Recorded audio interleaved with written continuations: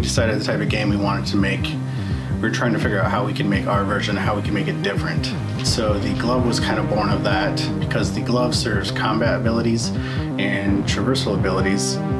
That was one of the more interesting and harder things that we had to end up doing. It was definitely an interesting choice, one that we really, really liked. Made the character unique. Because the player doesn't begin the game with this glove, it's something that's acquired through a series of events. It makes it even more special that it's just not one of these things, but it has the capability to do all of these things in one feature. The first glove we ever showed was the mag glove. Your glove transforms into this giant tractor beam, basically, and you can zip yourself around. It could be really interesting fighting monsters. It was a very easy one to see in my head.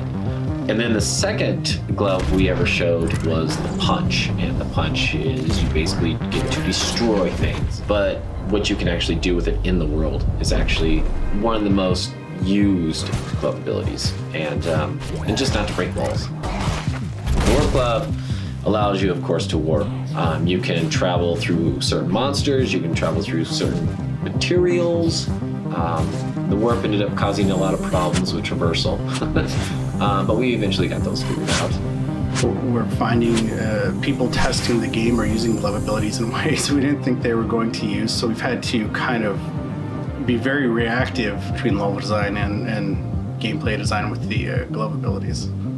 Hob is really about going out and exploring and trying to fix things, and a feeling of like you're making things better and by the actions that you're taking, and everything that you do with your character, even your weapon, is really all about that. We've kind of talked about a long time how we wanted to show it and what would be the best way to show it, and how could we make it cool, and how could we because it's a wordless narrative, how can we show you what is happening so that the player understands? And I think what we came up with was pretty cool.